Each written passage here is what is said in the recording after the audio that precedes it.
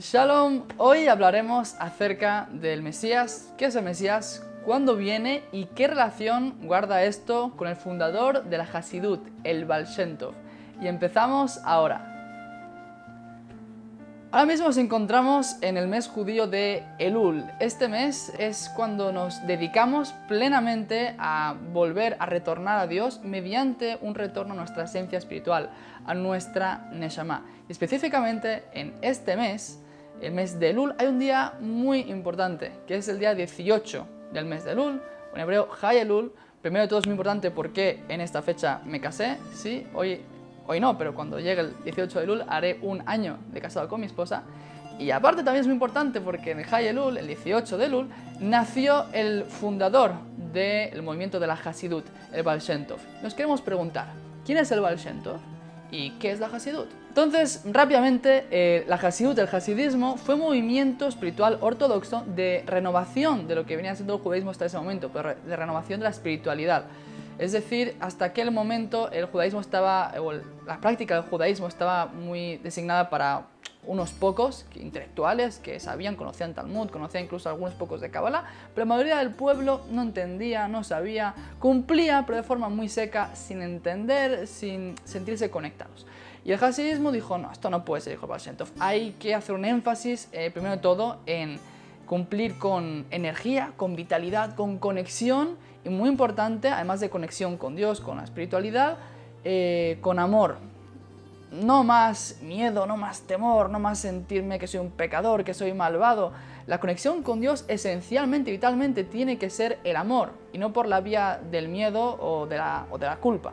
Además de eso, la Hasidut hace un fuerte énfasis en el estudio de la Kabbalah, pero aplicada al reino de la psique, de lo humano. Es decir, que no se quede la Kabbalah en conceptos abstractos, sino que se puedan internalizar en nuestra propia vida. Por ejemplo, el Baal Shem Tov, en lugar de ver únicamente las 10 sefirot, que son las 10 emanaciones divinas mediante las cuales Dios se relaciona con el mundo, el Baal Shem Tov decide también interpretar o reinterpretar y ver esas 10 emanaciones también como 10 fuerzas anímicas que se hallan dentro nuestro.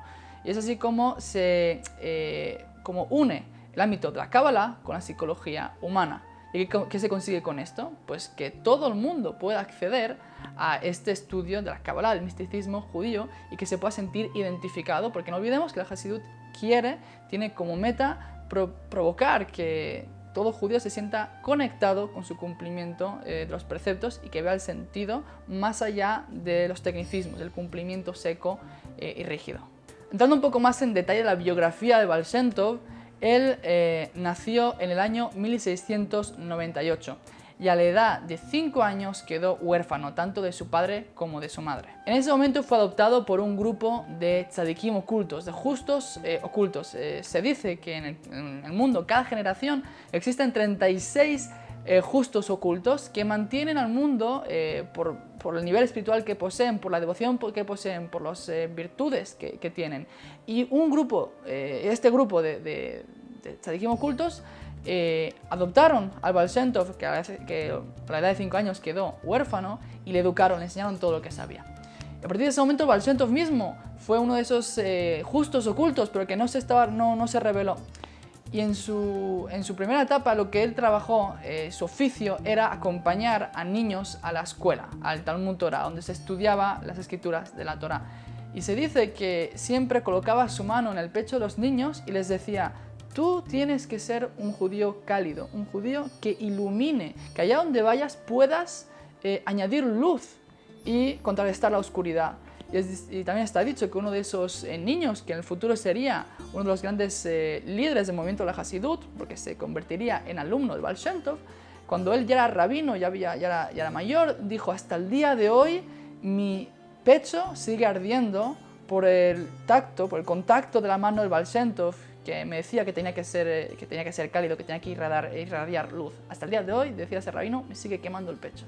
Él se vivió su vida hasta los 26 años. A los 26 años, el día de su cumpleaños, el 18 de Elul, uno de los profetas, o el alma de uno de los profetas de Israel, se le revela al Baal Shem Tov y le empieza a enseñar los secretos de la Kabbalah. Y así pasan 10 años, mediante los cuales el Baal Shem Tov se va a cuevas en los montes Cárpatos a estudiar, a que se le revelen estos secretos, estas enseñanzas místicas de la Kabbalah, de la Torá, hasta que llega a los 36. A los 36 años, de nuevo en su cumpleaños, el 18 de Elul, el profeta le dice, le ordena que a partir de ahora todo lo que sabe tiene que enseñarlo. Ya no puedes ser un justo oculto, tienes que revelarte y revelar todos tus conocimientos a todo el mundo. Y como dijimos, a partir de entonces lo que hace el Baal Shem Tov es algo realmente que fue una revolución, que fue transmitir secretos místicos que hasta ese momento unos pocos sabían, unos pocos elegidos cabalistas, y nos enseña realmente a todo el mundo, para que todo el mundo pueda conectarse con la dimensión interior de la Torá. Y eso es la Hasidut. Como acabamos de explicar, el Baal Shem Tov era un gran místico. Es más, él afirma en su biografía, en cartas que escribe a conocidos, y también se cuenta de él, que él realizaba ascensos de alma, lo que se dice en hebreo, Aliyot Aneshama. ¿Pero qué es Aliyat Aneshama? ¿Qué es ascender el alma? Básicamente así funcionaba. Sus alumnos estaban estudiando Torah, estudiando secretos de la Kabbalah y de la Hasidut, y él se retiraba a su cuarto, a sus aposentos, durante unas 3 horas más o menos, y en ese tiempo lo que hacía el Baal Shem Tov era hacer Yihudim, que son unificaciones de los nombres divinos mediante diferentes permutaciones de letras hebreas del vocabulario hebreo. Lo que hacía era unificar hacia diferentes nombres de Dios, para explicar de una forma muy simple. Que es una técnica que solamente gente con un nivel de Kabbalah muy avanzado práctica sabe realizar, y él sabía realmente qué nombres y cómo unirlos, en qué momento y precisamente de qué forma, y mediante eso lo que hacía era disipar, está escrito, las fuerzas de la impureza, las klipot, que bloquean la conexión con los mundos espirituales. Mediante esas unificaciones de los nombres de Dios, él disipaba esas fuerzas de impureza, esos bloqueos, y se conectaba con los planos superiores. En ese momento lo que hacía era acceder al estudio de la Torá en su esencia revelada, tal y como es en el mundo espiritual y no como la tenemos aquí. Y cuando él le era transmitido en esos secretos de la Torá, después descendía, acababa su trance, se despertaba su consciente, entonces en este cuerpo físico, y entonces volvía al cuarto donde estaban sus alumnos y les enseñaba todo lo que acababa de aprender. Y así es como se fue desarrollando el estudio, la transmisión de la Hasidut. En Rosh Hashanah, el Baal Shem Tov realizó el ascenso del alma, el Aliyat Neshama más significativo de toda su vida. Rosh Hashanah, no olvidemos, es la fiesta ante la cual nos estamos preparando todo el mes de Elul. Si hemos dicho que Elul es el mes en el cual nos preparamos a retornar nuestra esencia, para retornar a Dios, es para llegar a este día, Rosh Hashanah, que es el año nuevo judío, pero además es el año nuevo judío en el cual comemos la manzana con la miel, que eso simplemente es una práctica folclórica, se puede decir, pero no es la esencia. La esencia de Rosh Hashanah es que es el día en el cual Dios se revela ante el mundo y se decide cuál va a ser cómo va a ser nuestro año, cuáles van a ser las condiciones materiales de nuestra vida y también espirituales a lo largo de todo ese año. Se decide en un día, o en 2 días, que es el día de Rosh Hashanah. Entonces en esta fiesta, en esta oportunidad, el Baal Shem Tov realizó un ascenso del alma, y ahí cuenta en una carta que le escribió a su cuñado que tuvo un encuentro, ahora sí, llegamos al Mesías, y tuvo un encuentro con el Mesías. Dice, en ese día en Rosh Hashanah, dice el Baal Shem Tov, hice ascensos en los mundos espirituales uno tras otro, y me fui elevando hasta que llegué a los aposentos, a la cámara del Mesías, y ahí contacté con el alma del Mesías. Y escribe el Baal Shem Tov en su carta a su cuñado que le preguntó al Mesías, Eimatai Katimar, que quiere decir en arameo, pero quiere decir en español, ¿cuándo su señoría, cuándo va a venir, cuándo va a llegar? Es decir, Mesías, ¿cuándo vas a venir al mundo? ¿Cuándo vas a salvarnos? ¿Cuándo vas a rectificar todo lo que está ocurriendo? A lo que el Mesías, la Neshama, la esencia del Mashiach, le respondió, Le que sheyafutsu mayanoteja jutza. Cuando tus manantiales se esparzan, se expandan hacia afuera, es decir, cuando todo el planeta, cuando todo el mundo sepa lo que tú sabes, Baal Shem Tov, cuando todo el mundo sepa ver la divinidad en todos lados, como tú ves la divinidad en todos lados, cuando todo el mundo sepa hacer permutaciones de los nombres divinos y unificaciones y Judim, como tú haces, cuando todo el mundo, dice el Mesías, sepa hacer ascensos del alma y conectarse con los planos espirituales como tú haces, Baal Shem Tov, entonces yo podré llegar. A lo cual el Baal Shem Tov se quedó como, wow, pero ¿Cómo? Pensaba que al revés, pensaba que tú vendrías a salvarnos, pensaba que tú vendrías a rectificarlo todo. Si es así, quiere decir que entonces llevará mucho tiempo, porque si tenemos que esperar que todo el mundo adopte ese despertar la conciencia, nos llevará un poco de tiempo. Entonces está escrito que se le otorgaron al Baal Shem Tov unos cuantos consejos para agilizar el proceso, pero el mensaje es este, que nosotros pensamos que el Mesías tiene que ser una figura redentora, que nosotros pasivamente le esperamos, Él llega y lo hace todo por nosotros, nos salva, nos rectifica y todo bien, qué bonito, que alegría, que alboroto, y no. Es al revés. El despertar de la conciencia no es una consecuencia de la redención producida por el Mesías, es una condición previa a la llegada del Mesías. Nosotros tenemos que hacer despertar nuestra conciencia, la de todo el mundo, ¿sí? Como dijo el Baal Shem Tov a ese judío, tú tienes que irradiar luz, allá donde vayas tienes que irradiar, tienes que iluminar. Nosotros tenemos que iluminarnos a nosotros y a todo el mundo. No solamente el desarrollo espiritual en el judaísmo no es contemplado como un desarrollo individual, sino que tenemos que desarrollarnos a nosotros y a los demás y buscar despertar la conciencia de todos los demás. Y es lo que dice el Mesías, cuando todo el mundo sepa la esencia de la Torah, los secretos de la Torah, que es lo que revela la esencia, y todo el mundo esté conectado con su propia esencia, y todo el mundo recuerde para qué vino a este mundo, ¿sí? Porque desgraciadamente nosotros venimos, nuestra alma encarna nuestro cuerpo físico y olvidamos para qué venimos aquí. Pensamos que venimos aquí para la fama, para el poder, para el dinero, para tener un trabajo, a lo sumo tener una familia, hijos y ya está, que está muy bien eso, pero hay más. Hay conexión con tu ser, con tu identidad, con tu esencia que es divina. Cuando todo el mundo esté conectado, entonces yo podré venir. Antes de eso no puedo llegar. Y es un poco ese cambio de paradigma, de que no, despertamos la conciencia y como consecuencia viene el Mesías. Y esa es la misión del hasidismo, la misión de la Hasidut, diseminar las enseñanzas místicas, las enseñanzas del Baal Shem Tov a todo el mundo, que todo el mundo pueda tener acceso, que todo el mundo pueda conectarse o reconectarse con su esencia y no llevar un cumplimiento superficial, rígido, técnico, de la religión, del judaísmo, de la Torah, que si es necesario el cumplimiento, no digo que no, pero siempre con una mira a cuál es la esencia, cuál es el propósito, cuál es el sentido. Aunque la verdad sea dicha, esta idea de preguntar al Mesías ¿cuándo vas a venir? No es original del Baal Shem Tov, y él había preguntado un judío anteriormente al Mesías. Y este judío es de la época del Talmud, que es muy anterior al Baal Shem Tov, unos cuantos siglos antes. El Tanaíta, el sabio, el rabino, Rabbi Yoshua ben Levi, está escrito en el Tratado de Sanedrín, ya había preguntado al Mesías cuándo vas a venir. La historia es la siguiente. Rabbi Yoshua ben Levi, este rabino, estaba un día en una cueva cuando se le reveló el profeta Elías. En el judaísmo, entre paréntesis, el profeta Elías tiene que venir antes, antecede a la llegada del Mesías. Es decir, Elías es el profeta que se encarga de proclamar la llegada del Mesías. Así que hay una relación muy estrecha entre Elías y el Mesías. Cierro paréntesis. Entonces, Rabbi Yoshua ben Levi está en esta cueva y se encuentra con el profeta Elías. Le dice Rabbi Yoshua ben Levi, Rabbi Yoshua, hijo de Levi, a Elías: Elías, ¿cuándo va a venir el Mesías?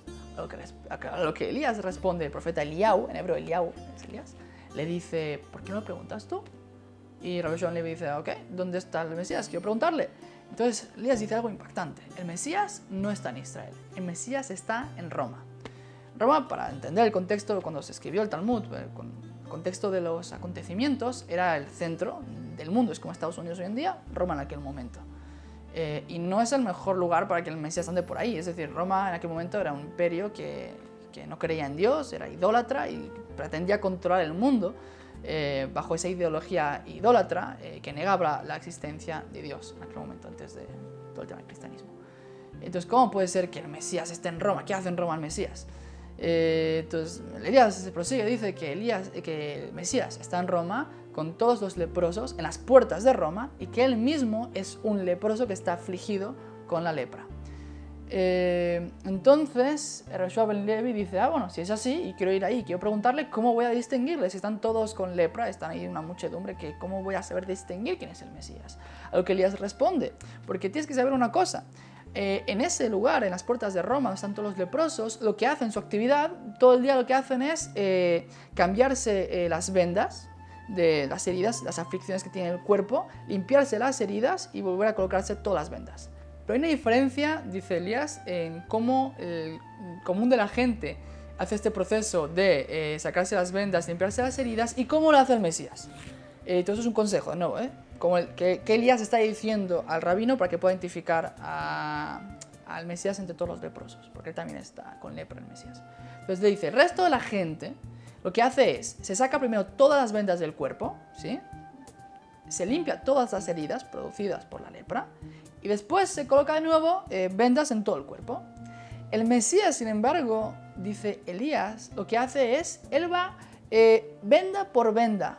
No se saca todas las vendas del cuerpo, porque una persona con lepra, aparentemente, pues tiene muchas vendas. Él va una venda pequeña, se limpia una herida, luego la otra, luego la otra, luego la otra, luego la otra, luego la otra. ¿Por qué?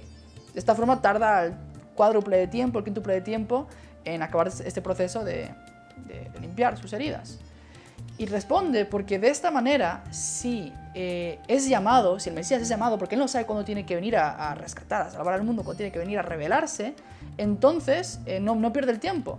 Porque si tiene que sacarse todas las vendas y en la mitad le llaman, pues es un lío, porque tiene que limpiarse primero todas las heridas, y luego colocarse todas las vendas y luego ir. De esta forma, si va herida por herida, venda por venda, entonces si la mitad de ese periodo es llamado, no pierde el tiempo y puede revelarse entre el mundo. Y en la Gemara está escrito que él puede venir entre aflicción y aflicción. Benega le nega. Entre aflicción y aflicción, el Mesías viene.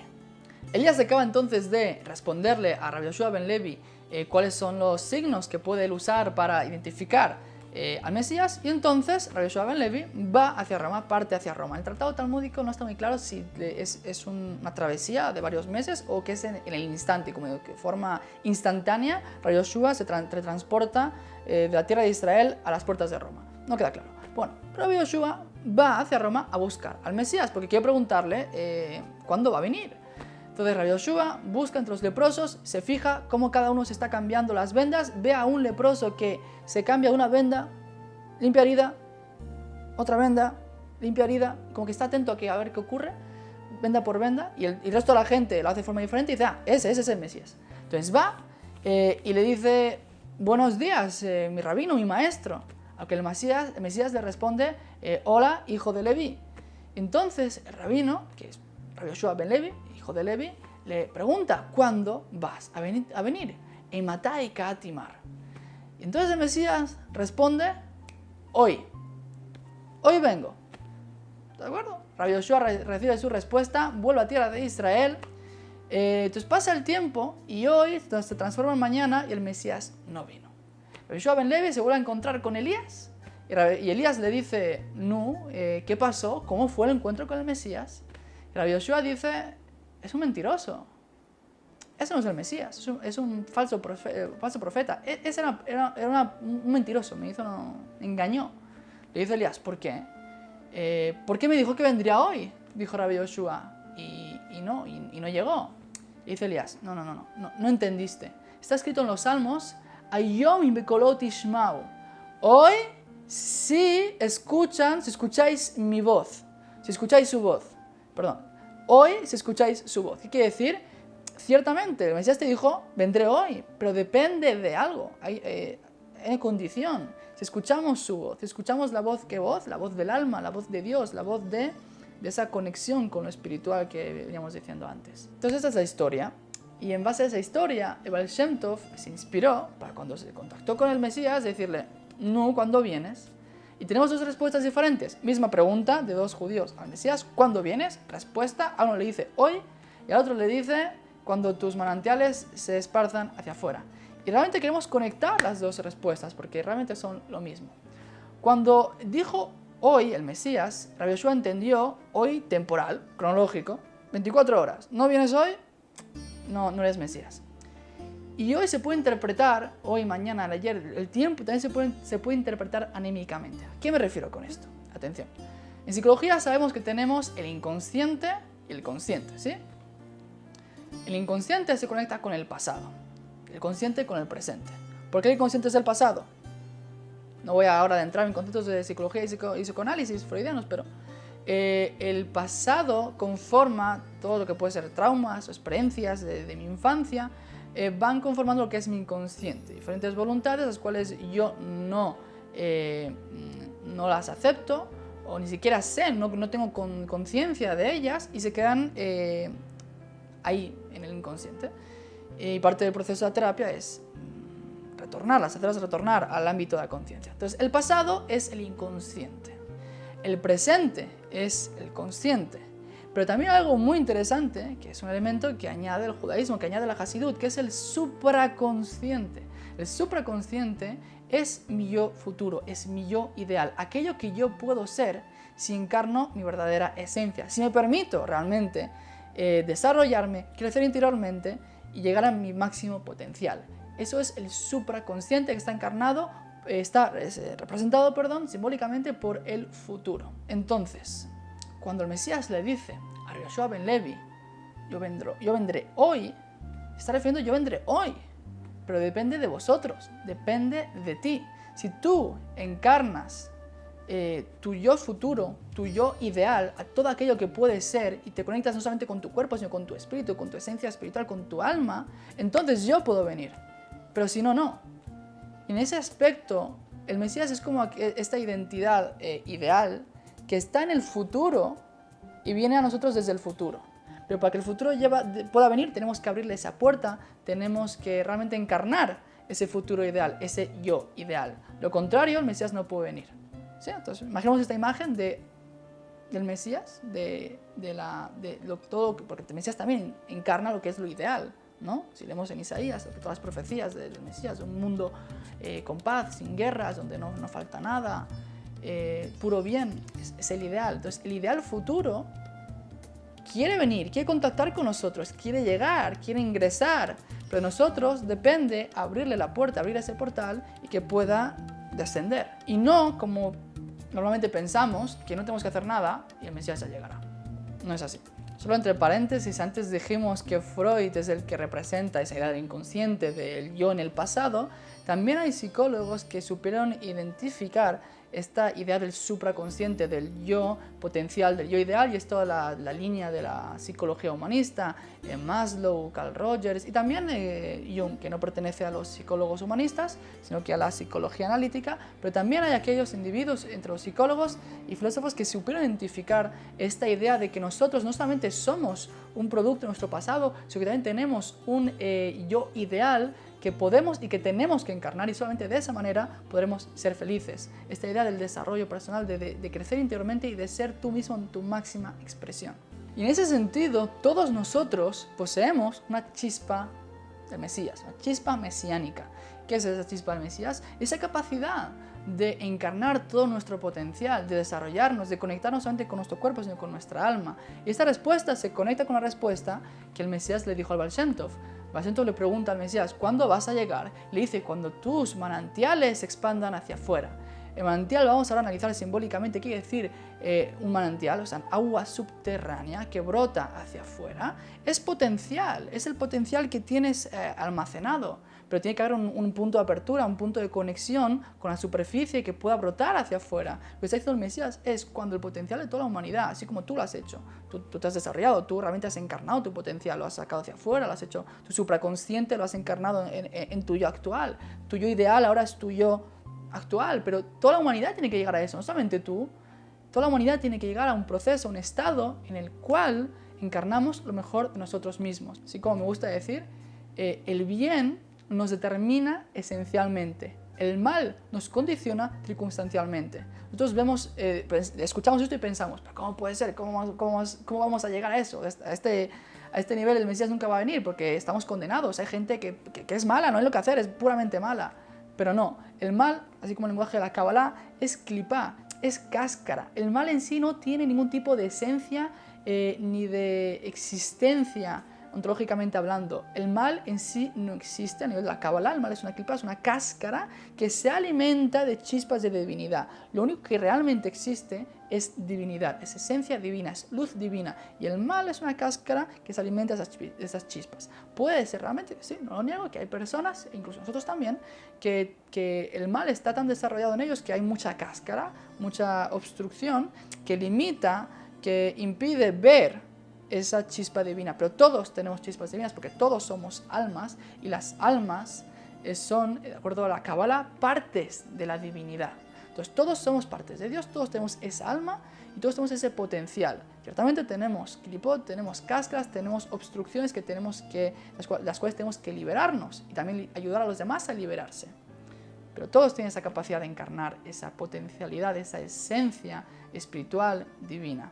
Y cuando ocurra eso, y esa es la misión de tu vida, dice Baal Shem Tov, el Mesías, y de todo el pueblo judío, cuando ocurra eso, entonces yo podré venir. Entonces el mundo estará listo para que yo venga. Hasta entonces no puedo, no hay portal, no está abierto. De alguna forma, con una metáfora, es como que nosotros en nuestra vida tenemos un yo ideal, que ese yo ideal intenta comunicarse con nosotros. Todo lo que podemos ser en nuestra vida, esos sueños que tenemos o los cuales no somos conscientes, hay una parte de nosotros, esa parte ideal, que se intenta comunicar con nosotros. ¿Cuándo eso ocurre? Cuando estás en tu vida que sientes que no estás haciendo lo que deberías estar haciendo. Cuando te sientes insatisfecho, cuando sientes ansiedad, cuando sientes miedos, cuando sientes que tu vida no es todo lo que debería ser. Entonces ahí tu yo ideal se está comunicando contigo, te está diciendo, por favor, déjame entrar. Hay un versículo en Cantar los Cantares que dice que Kol dodi dofek pitchili, la voz de mi amado está llamando, ábreme. Esa voz del amado puede ser tanto la divinidad, pero también como nuestra alma, que también es parte de la divinidad, nuestro yo ideal. Déjame entrar, yo quiero ser tú, yo quiero encarnarte, pero tienes que dejarme. Y es una decisión que todos tenemos. Y ese es un mensaje que quiero que, si nos quedamos con este mensaje de todo lo que he dicho hasta el momento, perfecto. Todos tenemos una decisión que es encarnar nuestro yo del pasado, ¿sí? Con todos los problemas psicológicos, con todos los problemas que hemos tenido, y ese soy yo, un producto de la educación que he recibido, con todo lo bueno y con todo lo malo, o encarnar nuestro yo del futuro. En lugar de tomar una actitud victimista ante la vida, tomar una actitud creadora, de encarnar todo mi potencial, todo aquello que yo puedo ser, todo aquel yo ideal. También se conecta con otro versículo que dice: Ani yeshena belevier, yo estoy dormido, pero mi corazón está despierto. Aun cuando todos, muchas personas uno pueda pensar, pero esto no, con ellos no tiene nada que ver, ¿cómo vas a despertar la conciencia de los demás? Apenas también la puedo despertar.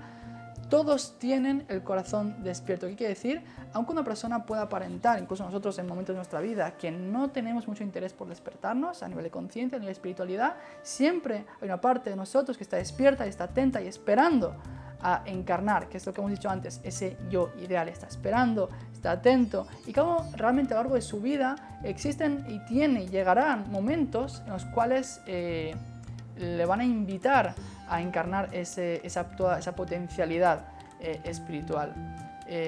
Tristemente, a veces esos momentos no son los mejores, son precisamente por malos momentos, por malas circunstancias de la vida, que nos hacen despertar. Y lo ideal es que podamos anteponernos, que podamos anteceder, que podamos despertar por nosotros mismos antes de que tenga que ser la vida a las malas a que tenga que despertarnos. Entonces, quisiera hacerte una pregunta para acabar. Tu vida, tal y como la estás viviendo ahora mismo, quiero que te preguntes lo siguiente: ¿qué diría mi yo ideal? ¿Sí? Ideal, mi yo perfecto, mi yo de todos los sueños que tengo de mi vida. Ese yo ideal, ¿qué diría acerca de la vida que estoy viviendo actualmente? ¿Y qué vas a hacer ahora con esa respuesta? Bueno, muchas gracias a todos si habéis llegado hasta el final de este vídeo. Si os ha gustado, hacer un like, suscribiros al canal y compartirlo con aquella persona que consideréis que le vaya a interesar. Nos vemos en el siguiente vídeo y de nuevo, muchas gracias. Shalom.